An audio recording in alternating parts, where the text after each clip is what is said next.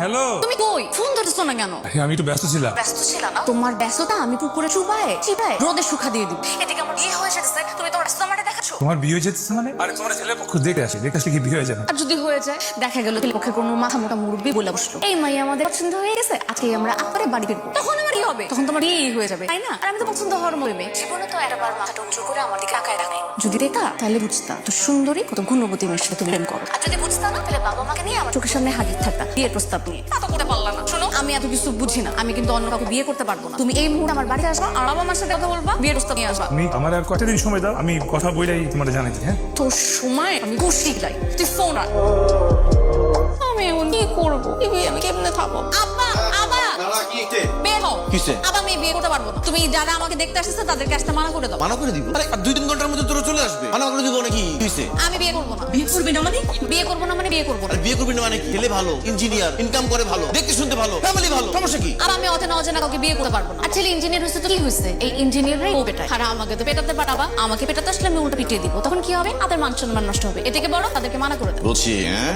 কি জানাজানার মধ্যে যদি কেউ থাকে তাহলে বল, হ্যাঁ? দিয়ে দেই। আছে নাকি কেউ? আছে সোহাগ। এটা আবার কোন সোহাগ?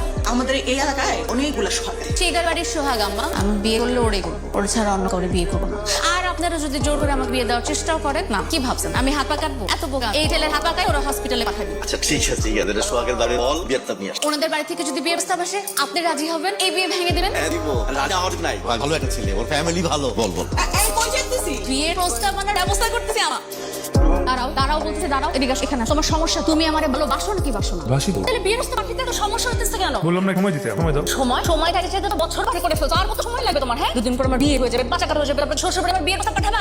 আম্মা শুনে ফেলবে। আমাদের শোনা শুনে ফেলছে, আমার পিছনে দাঁড়ায় আছে। হ্যাঁ? আমা, আমি দেখে কেমন বলেন তো? খুব সুন্দর। ছেলের বউ হিসেবে আমার আপনাকে ভালো লাগে? খুব ভালো লাগে। আমা, আমি হেরে দেখাই।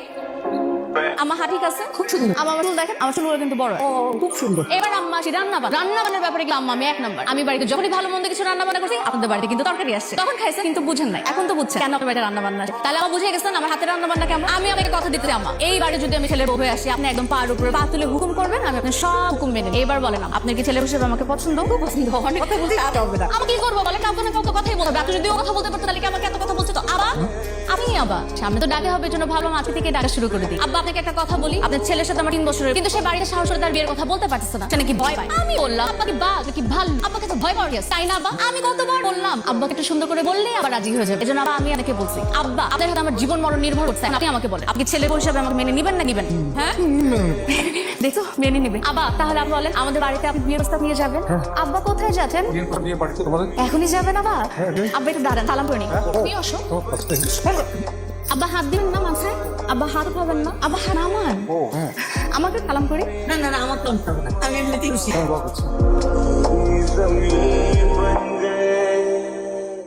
তুই কি অন্য কাউকে আশা করছিস নাকি?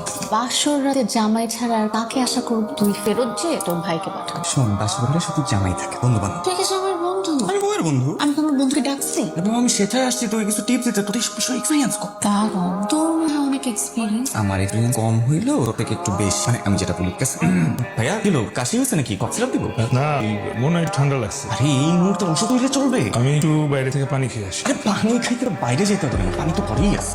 মানে একটু গল্প করো, আমি বাইরে থেকে আসি। একদম কি বলে বাসর করে ও থাকবে কেন? তুমি থাকবা। আরে না না, তোমরা তো বন্ধু মানুষ, একটু গল্প করো না, সমস্যা নেই, আমি আসি। এই আদর ডালছিস কেন? সমস্যা কি? টাকা পয়সা জানাই তুমি মজা লাগে, টাকা পয়সা দিয়ে আমি কি করতে ওর তুই যাবি নাকি যাবি না বল? বলছি? হ্যাঁ, বয় না বয়। তুই যা, 5 সেকেন্ডের মধ্যে কিন্তু কুদাম যা। আরে 5 মিনিট বসি, ভাইয়াই তো বললো। আম্মা, এই দৌড়াইস না, ব্যথা পাবি। আমি চেঞ্জ করে আসি, যাই। বাসর রাতে লোডশেডিং। আই তুমি কোথায়?